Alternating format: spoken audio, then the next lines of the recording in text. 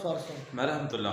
आप देखें दोस्तों, आपका हमारा अपना रिएक्शन यूट्यूब चैनल, अगर दोस्तों वीडियो अच्छे लगे चैनल को लाइक शेयर कर देंगे।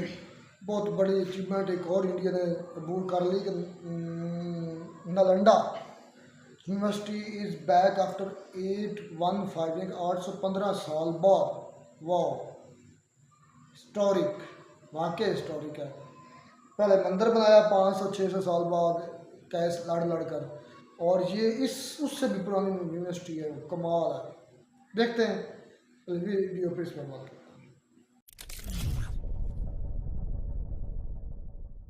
नमस्कार and welcome you all to Study IQ. मैं हूं प्रशांत धवन। नाउ भारत का गौरव, भारत का इतिहास, नालंदा यूनिवर्सिटी ये फाइनली वापस आ चुकी है। 815 साल के लंबे इंतजार के बाद फाइनली नालंदा यूनिवर्सिटी का जो नया कैंपस है बन चुका है।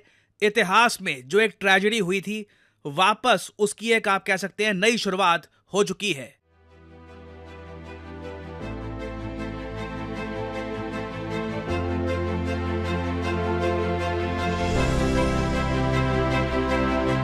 नालंदा है उद्घोष इस सत्य का कि आग की लपटों में पुस्तकें भले जल जाएं, लेकिन आग की लपटें ज्ञान को नहीं मिटा सकती। नालंदा के ध्वंस ने भारत को अंधकार से भर दिया था। अब इसकी पुनर्स्थापना भारत के स्वर्णिम युग की शुरुआत करने जा रहा है।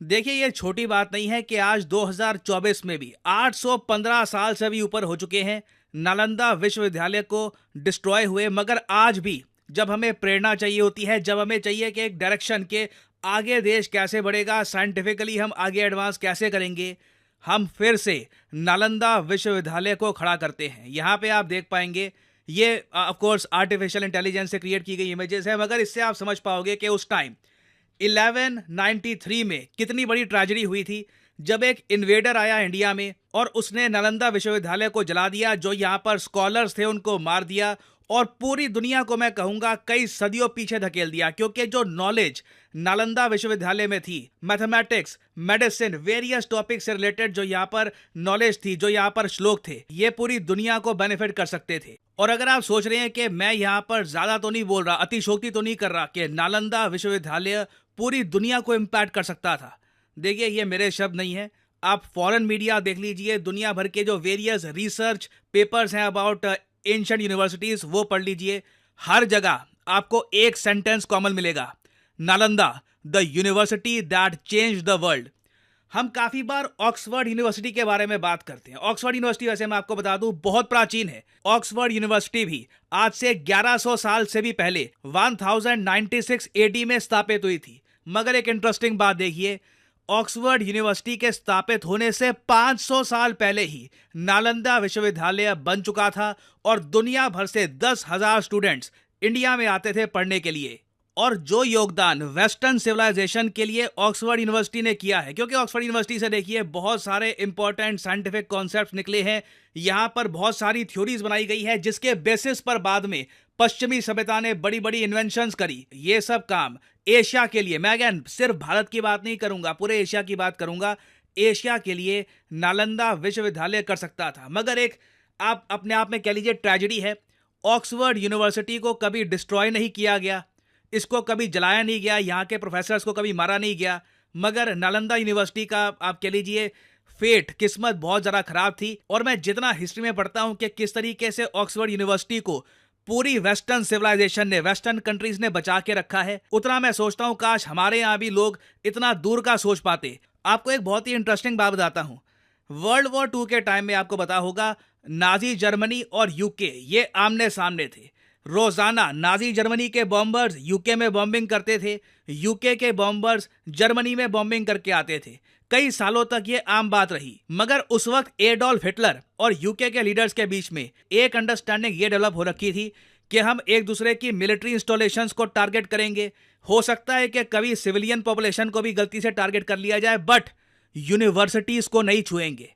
ये एक जेन्युइन अंडरस्टैंडिंग थी कि यूके, जर्मनी की जो यूनिवर्सिटीज हैं, Berlin university, various odd universities, उनको बॉम्ब नहीं करेगा। और हिटलर ने भी अपनी एयरफोर्स को साफ साफ कहा था कि ऑक्सफोर्ड यूनिवर्सिटी को बॉम्ब मत कर देना। ऑब्वियसली इसके पीछे हिटलर का ये भी सपना था कि जब वो यूके को कब्जा लेगा तो ऑक्सफोर्ड यूनिवर्सिटी तो उसके लिए एक ज्यूल होगा। जो वहां पर साइंस प्रोड्यूस होती है, जो वहां पे नॉलेज प्रोड्यूस होती है, वही हिटलर के एम्पायर को आगे लेके जाएगी। तो यह मैं आपको बताने की कोशिश कर रहा हूं कि इन लोगों को पता था कि यूनिवर्सिटीज अगर डिस्ट्रॉय हो गई तो एक पूरी सभ्यता कई सदियों पीछे चली जाती है।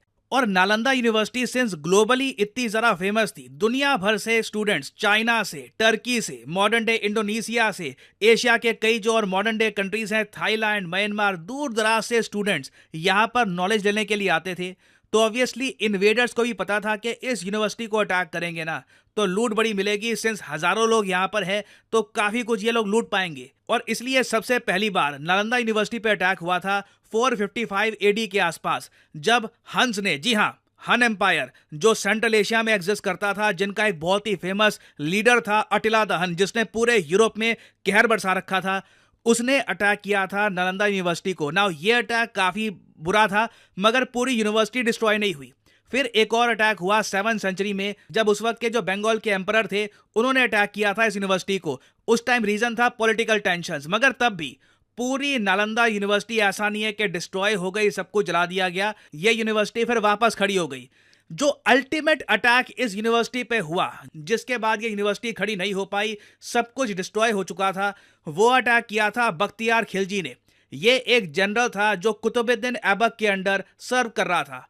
टर्किश था, इंडिया का था भी नहीं। शायद एक बार को आप कह सकते हैं ये इतना ज्यादा इल इन्फॉर्म था, इतना अनएजुकेटेड था कि इसको पता ही नहीं होगा कि ये कर क्या रहा है, ये पूरे एशिया को कितनी सदियां पीछे धकेल रहा है। मगर तब भी हिस्ट्री में जब हम फैक्ट्स पढ़ते हैं कि 90 लाख बुक्स और मैन्युस्क्रिप्ट्स को जला दिया गया, तो जेन्युइनली मन में एक सवाल आता है कि पता नहीं कितनी नॉलेज, कितने फॉर्मूलाज, कितने साइंटिफिक एक्सपेरिमेंट्स के बारे में इन मैन्युस्क्रिप्ट में लिखा होगा जो इंडिया के कई स्कॉलर्स को इन द फ्यूचर आगे एम्पावर कर सकते थे। और आप सोच कर देखो, नालंदा यूनिवर्सिटी का जलना ये एक इतनी बड़ी ट्रेजेडी थी कि कई सदियां बीत गई, 800 साल बीत गए, हमारे देश के स्कॉलर्स भूल नहीं पाए कि नालंदा यूनिवर्सिटी के साथ क्या हुआ था।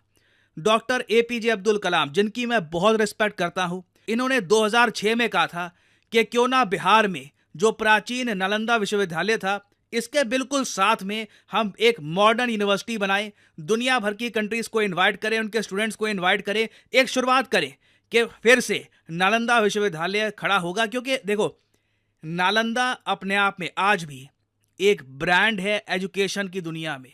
जो लोग जानते हैं, जो लोग पढ़ते हैं, जिनको हिस्ट्री के बारे में पता है, नालंदा यूनिवर्सिटी ये नाम सुन के ही उनके माइंड में रिस्पेक्ट आती है। तो सरकार ने उसके बाद नालंदा यूनिवर्सिटी एक्ट 2010 पास किया। भारत का जो विदेश मंत्रालय है वो यहाँ पर इन्वॉल्व हो गया। कई कंट्रीज के जो लीडर्स हैं उनको इन्वॉल्व किया गया कि आप भी यहाँ पर योगदान दीजिए, आप भी अपने आइडियाज़ दीजिए, आर्किटेक्चर से रिलेटेड जो यहाँ पर कोर्स होगा, जो सिलेबस होगा उससे रिलेटेड, और वापस नालंदा विश्वविद्यालय को खड़ा करते हैं। और अभी जो इसका नया कैंपस है ये भी हो चुका है इनॉग्रेट, और हमारे प्राइम मिनिस्टर ने साफ साफ बोला है कि इस यूनिवर्सिटी के वापस खड़े होने से इंडिया की जो सॉफ्ट पावर है, जो एक टाइम पर दुनिया भर में प्रसिद्ध थी, ये वापस री इंट्रोड्यूस होगी। नाउ अगेन देखो, सॉफ्ट पावर तभी बन पाएगी जब यहाँ पर बहुत सारे फॉरेन स्टूडेंट्स आएंगे। तो बिहार की एक यूनिवर्सिटी में बहुत सारे फॉरेन स्टूडेंट्स को लाना, इट विल बी चैलेंजिंग काफ़ी, क्योंकि इंडिया की इमेज हमको काफ़ी इसमें इम्प्रूव करनी होगी। हमें एश्योरेंसेस देनी होगी बाकी कंट्रीज़ को कि आपके जो यहाँ पर स्टूडेंट्स आएंगे ये बिल्कुल सेफ रहेंगे, यहाँ पे हाई क्वालिटी एजुकेशन प्रोवाइड की जाएगी। परहैप्स ये करने के लिए सरकार को बहुत सारे ग्रांट्स भी देने पड़े इस यूनिवर्सिटी को।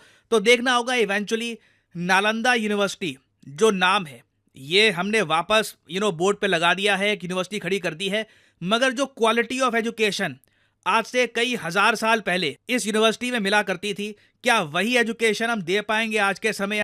और जी दोस्तों, वीडियो भी ख़त्म। बिल्कुल जी, ये आज वीडियो जो आ रही थी इसी टॉपिक पर, पीएम मोदी साहब ने नालंदा यूनिवर्सिटी की इनागुरेशन की है, उसमें एक बहुत पावरफुल एक स्पीच भी दी उन्होंने, उस पर भी शायद रिएक्शन करेंगे। तो ये देखें, मैं कहता हूँ वो बख्तियार खिलजी कितना वाकई बड़ा जहल था। मैं कहता हूँ उसे जेलों का बाप घोषित करना चाहिए, डिक्लेयर करना चाहिए कि उसको यही पता नहीं है, हिटलर इतना बड़ा तानाशाह, उसको ये पता है कि तालीम क्या चीज़ है, या ये जो रिसर्च है वो कितनी मुश्किल होती है, या ये क्या मान तुमने, वो हिटलर से भी क्या गुजरा था। हालांकि हिटलर बड़ा सख्त था, बड़ा सख्त मिजाज था, मतलब मैं उसको फिर हिटलर से भी 100 दर्जे गंदा समझता हूँ। हिटलर ने दुनिया तारीख में बहुत बुरा नाम पैदा किया है। तो हिटलर से मुझे तो आज पता चला history. Thanks a lot Prashant sir, और thanks a lot study IQS। मतलब इस तरह की जो हिस्ट्री की वीडियो है वो हमें पता चली कि उन्होंने खिलजी साहब ने कितना नुकसान पहुंचाया। बल्कि खिलजी साहब तो नहीं बोलना चाहिए उसको, ये भी मेरा ख्याल में गद्दारी है उनको साहब बोलना भी। कुतुबुद्दीन ऐबक हमने बिल्कुल सुना है, कुतुबुद्दीन ऐबक का ये जर्नल था, और कुतुबुद्दीन ऐबक वो वाहद पहले इन्वेडर थे जो आए थे 1206 में। 1206 में उसकी बकायदा एक सल्तनत बनी थी, या जो भी था इधर आया था, लेकिन उससे पहले उसने वो इन्वेड करता रहा। तो ये 1193 में सोचें 90 लाख पेटेंट्स, मतलब कागजात, पेटेंट्स उनको कह लें, चीज़ें, राइट्स, पता है क्या कुछ उधर लिखा होगा। 90 लाख, कितने साइंसदान हो गए, कितने ज़हीन दिमाग हो गए जो आने वाली नस्लों को पढ़ाते, और आज हिंदुस्तान का भी नाम होता। नाम मतलब कि जहाँ आज यूनिवर्सिटी ऑफ ऑक्सफोर्ड है, या गोरे हर मैदान में आगे नज़र आ रहे हैं हमें, मतलब इनोवेशन के लिहाज से ज़्यादातर गोरे नज़र आते हैं या इजरायली नज़र आते हैं। तो हो सकता है कि अगर ये ना तबाह होती तो इनकी जो रिसर्च थी, तालीम थी, वो आगे हमारी नस्लों में मुतली, तो उन नस्लों में से हम हैं। तो सोचो, वो तो हिटलर से भी आगे बड़ा बेगैरत था। तो हिटलर को भी इतना ख्याल है कि उन्होंने कंप्रोमाइज़ किया कि आप हमारी यूनिवर्सिटी पर अटैक ना करना, हम आपकी यूनिवर्सिटीज़ पर अटैक नहीं करेंगे। जारी बात है, उधर सर्च हो गया, उधर मेहनत है, लोगों के दिमाग लगा, खून पसीना लगा, दिन रात की मेहनत है, तो वो कैसे ज़ाया कर सकते हैं। तो असल चीज़ तो होती इल्म है। इलम तो होता यही है, किसी कौम को तबाह करना हो तो उसके अगर इलम को, हिस्ट्री को मिटा दिया तो ख़त्म हो जाती है कौम। और यार अगर किसी कौम को तबाह करना ना, तो उसके जो यूनिवर्सिटीज़, कॉलेजेस और स्कूल्स हैं ना, उनको तबाह कर दो, उनको तालीम से महरूम कर दो, वो ऑटोमेटिक तबाह हो जाएगी। जिसको दुनिया की नहीं पता होगा, जिसको सूझबूझ नहीं होगी, जो दुनिया के साथ कम्पीट नहीं करता, चल नहीं सकता, वो कौम ख़त्म हो जाती। बिल्कुल ऐसा ही है। अच्छा, ये तो बात वाकई के लिए रह गई। जो मुग़ल बादशाह थे उन्होंने तालीम पर इतना ज़्यादा तवज्जो नहीं। और यार मुग़ल नहीं था, मुग़ल से पहले खिलजी थे, खिलजी डायनेस्टी भी एक आई है, लोधी, पता नहीं कितने, वो तो आपके तो हीरो हैं, सादात, तुगलक हीरो हैं। तो देखें पाकिस्तानी जो है ना, पाकिस्तान इतने बेगारत हैं इन इन्वेडर्स को, जिन्होंने 90 लाख, खिलजी, तुगलक, लोधी, उसके बाद शाह भी आए हैं, मुग़ल, गजनवी, गौरी, सबको अपना हीरो माना हुआ है। सब इन्वेडर्स को, सब बेगारतों को उन्होंने लीडर माना हुआ है। अच्छा, देखें कि ये सबसे बड़े बेगारत पाकिस्तानी है। ये बात वाकई है कि इस तरह उनको नहीं करना चाहिए था कि जो यूनिवर्सिटी है, इतनी पुरानी यूनिवर्सिटी है, शॉक और अफसोस हो रहा है। 90 लाख पेटेंट्स, यार ये बता रहा है कि ये ऑक्सफोर्ड से भी 90 लाख बुक्स हैं। ऑक्सफोर्ड से भी ये जो 500 साल पहले की बनी हुई थी, ये तो फिर बहुत ज़्यादा पुरानी है। हाँ, और उन 90 लाख बुक्स एक किस्म के, कितना ही नॉलेज होगा, मैथमेटिक्स, साइंस, जोग्राफिया, पता हिस्ट्री, क्या क्या नहीं होगा उसमें। ख़त्म आज नहीं, या बुक्स इससे उसको क्या लेन देन था। वैसे ये बुक्स वही मुझे पता है। वैसे ये होता था, इस तरह पहले करते थे, जो लाइब्रेरीज होती थी यूनिवर्सिटी, उसको आग लगा देते, ख़त्म कर देते थे, ऐसे ही होता था। अफसोस हो रहा है, ऐसा बिल्कुल नहीं होना चाहिए। और शर्मिंदगी भी हो रही है मुझे कि इन खिलजियों, इन गजनवियों, गौरियों को हम अपने हीरो मानते हैं। शेम, हमें शेम होनी चाहिए अपने ऊपर। हमें हिस्ट्री नहीं पढ़ाई जाती, हमें पता ही कुछ नहीं है कि उन्होंने कितना कितना नुकसान किया। वो एक को मोहब्बत होती है, शाहजहां को मोहब्बत हो जाती है कभी बीवी से, और बेगारतों अब यूनिवर्सिटीज़ बनाओ, और बेगारतों को नई चीज़, इनोवेशन की तरफ जाओ। ऐसे को बेगारत थे औरतों के पीछे, जानी, शराबी, अयाश परस्त, उन्होंने तबाही फेर दी। जब यूरोप अपनी इनोवेशन में लगा हुआ था और ये ताजमहल बन रहा है, किला लाहौर बन रहा है, किला इस्लामाबाद बन रहा है, पता नहीं क्या क्या बन रहा है। ऐसे काम जो आने वाली नस्ल को बिल्कुल, आज ताजमहल क्या दे रहा है, जितना खर्चा, टूरिस्ट पॉइंट है भाई, टूरिस्ट पॉइंट है ना, इससे ज़्यादा और क्या है।